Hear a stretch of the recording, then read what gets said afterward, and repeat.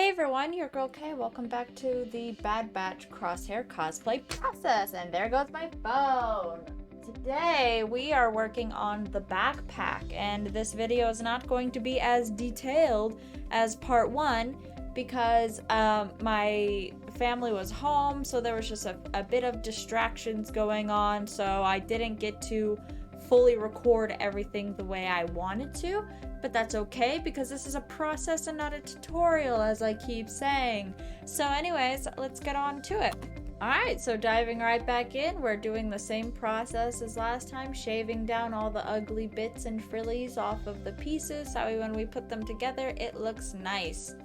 One thing that really sucked though is I would forget to plug in my Dremel either the night before or hours before I'd get started, and the bitch would die on me while I was working.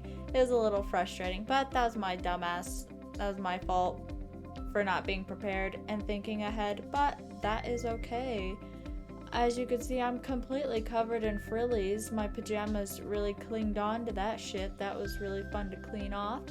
Got some cloudy skies, shitty weather, really windy that day. Yep. Anyways, moving on, going back inside, where I start a little bit of the building process. I was just kind of repairing some pieces that the Dremel wasn't too kind to, like that little fragile piece right there. The Dremel almost ripped it right off. So on today's episode of What is Kirsten Watching While Working on This Project, my sister wasn't a big fan of Avatar: The Last Airbender, so we're moving on to Wizards of Waverly Place. Anyways, right here, I'm taking the stencil, placing it on top, and just lightly going over it with the X-Acto knife on the lines where I'm supposed to be cutting and folding. On the paper itself, it gives me dashed and dotted lines to follow, so I'll know if it needs to be a mountain fold or a valley fold. And then I just take my X-Acto knife and I do just that. Unfortunately, I did not know how to properly do a fold cut or a beveled cut on EVA foam, so that way when I fold it, it looks nice. So my cuts are facing outwards and you can see them, and it looked so ugly, but that is okay. And it's funny, full disclosure, I did finish this cosplay. This whole thing is done as of right now. Kirsten of the future. This shit is done. It's painted. I've already been to Comic-Con. It was a lot of fun. But when I was there, one of the staff members, she looks at my backpack. She's like, oh no, it's falling apart. It ripped right here. And I was just, because there's like a big fat opening, because Pepakura didn't have a design for on the inside. You'll see. I'll point it out. But I was just like, oh no, it's supposed to be like that. It's just ugly. And she's like, oh, okay, my bad. I was like, no, you're good.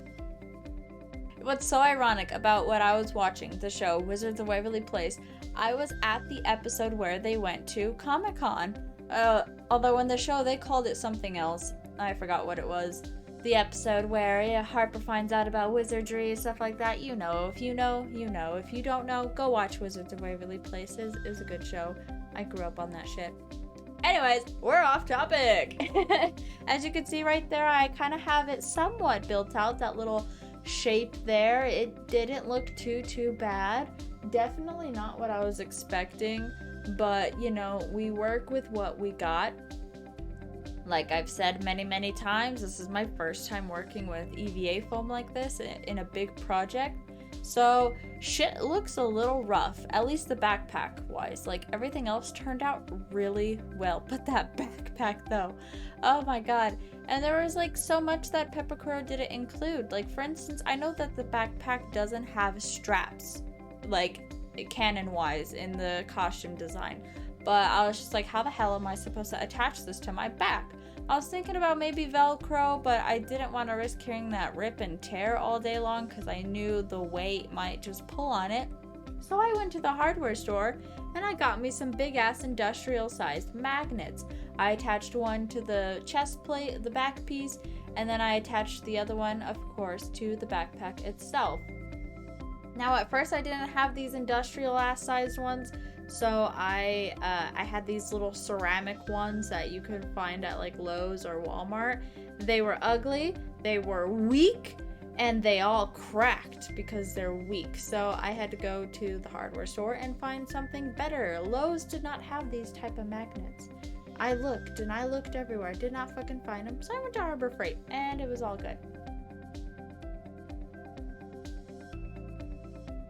And here is the final look of the backpack. You see that opening right there? Right there is where Pepakura did not give me the design to fill that in. So there would be an inside to the backpack and that would be closed off.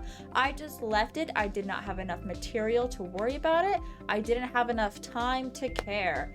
But yeah, I went in with like some rub and buffs, the paint, make it look weathered. As you can see, there are these ceramic magnets that did not work out. I originally cut them back out, but then I was just like, whatever, I glued them back into place so there wouldn't just be holes on the backpack. And right there, that little white piece on the magnet, that's EVA foam, because without it, the magnets would cling too strongly. Those were some very powerful magnets, so that just gave it a little bit of distance so it'd be easier to pull off my back. That is all the time I have for today. Thank you all so much for watching. Leave a like, comment, subscribe, hit the bell option to get notifications about when I post to keep up with this process. All my social media accounts are linked in the description below. The template that I got off of Etsy is linked in the description below. I hope to see you guys in the next video because I have nothing else to say. Bye!